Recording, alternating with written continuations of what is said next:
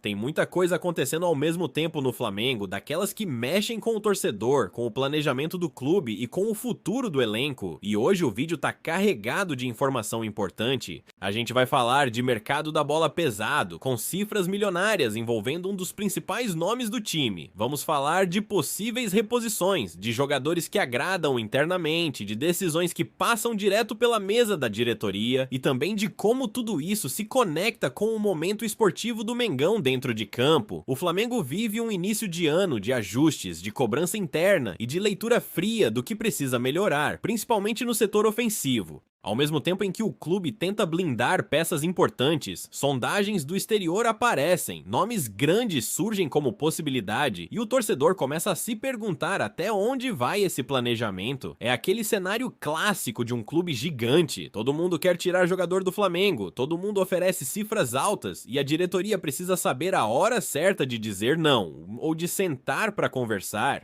A gente vai passar por tudo isso no vídeo de hoje, falar sobre a situação do Pedro, os interesses que surgiram, o que o Flamengo pensa de verdade sobre uma possível saída, os nomes que já são avaliados nos bastidores, jogadores que empolgam a comissão técnica, outros que são difíceis financeiramente e até ideias mais ousadas pensando lá na frente. Tudo conectado, tudo explicado do jeito que o torcedor gosta, entendendo não só o que está acontecendo, mas principalmente o porquê de cada movimento do nosso rubro-negro. Então vamos lá, porque agora o papo fica sério e é impossível o torcedor rubro-negro não prestar atenção. A situação do Pedro é hoje o grande ponto de interrogação dentro do Flamengo.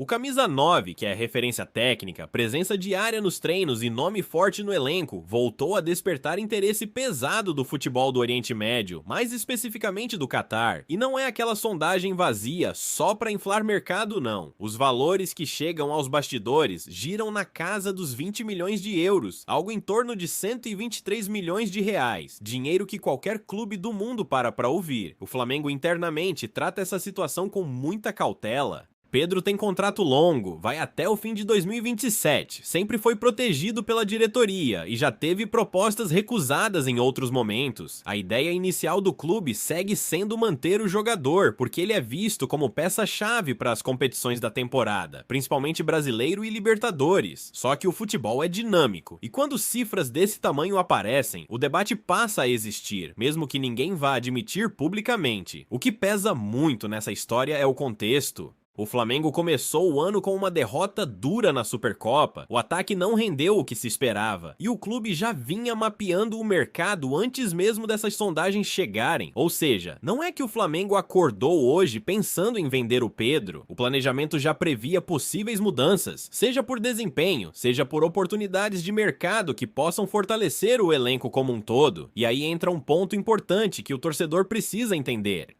Se uma negociação desse tamanho avançar, o Flamengo não pensa apenas em repor um nome, mas em reorganizar o setor ofensivo. A saída de um centroavante com as características do Pedro abre espaço para um perfil diferente, mais móvel, mais intenso sem a bola, algo que a comissão técnica vem pedindo há um tempo. Não é só trocar 6 por meia dúzia, é mudar a dinâmica do ataque. Por isso, nos bastidores, o Flamengo já trabalha com cenários alternativos. Alguns nomes que surgiram nas conversas agradam mais, outros esbarram em valores, e tem também aquela avaliação clássica. Será que o jogador aceitaria vir para o Brasil agora? Será que se encaixa no ambiente do clube mais pressionado do país? Tudo isso entra na conta antes de qualquer decisão. Enquanto isso, Pedro segue treinando normalmente, focado, participando do dia a dia e sem qualquer sinal público de saída imediata.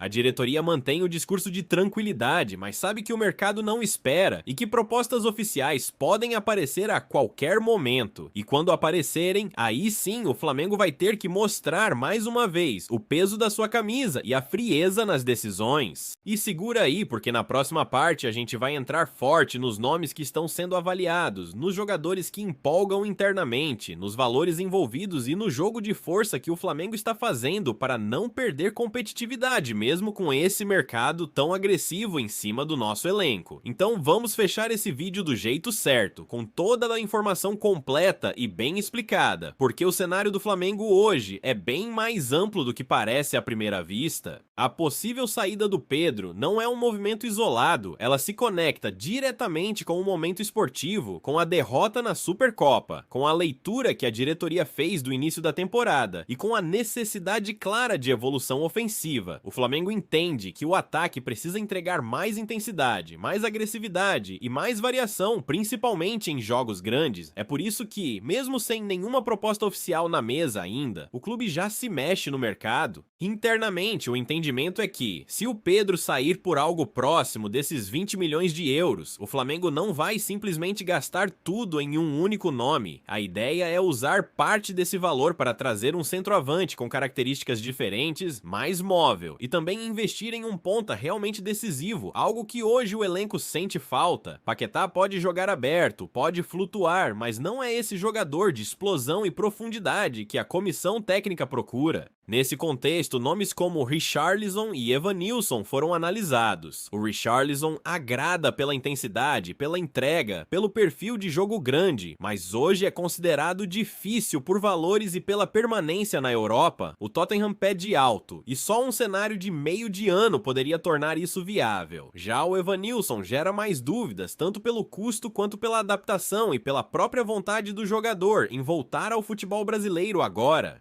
Outro nome que aparece com força nos bastidores é o do Luiz Henrique, jogador aprovado internamente, perfil que agrada muito ao presidente BAP, ponta rápido, agressivo, decisivo e que poderia mudar o patamar do ataque. O Flamengo sabe que não é uma negociação simples, que envolve valores altíssimos, algo na casa dos 248 milhões de reais, mas entende que no meio do ano, com mais receita entrando, esse tipo de operação pode virar realidade se o clube enxergar como estratégia.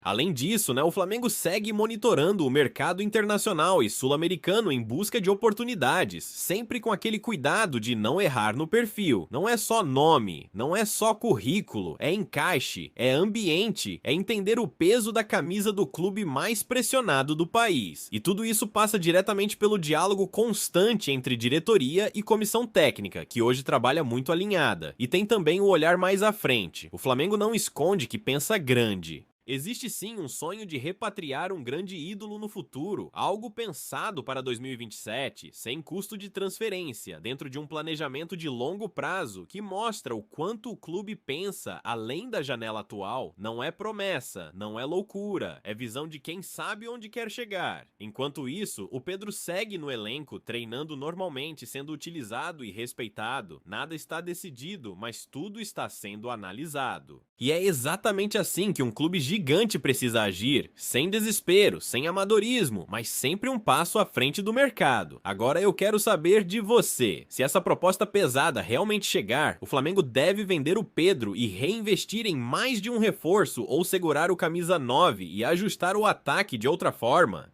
Quem você traria para mudar esse setor ofensivo? Comenta aqui embaixo, porque a opinião da nação sempre conta.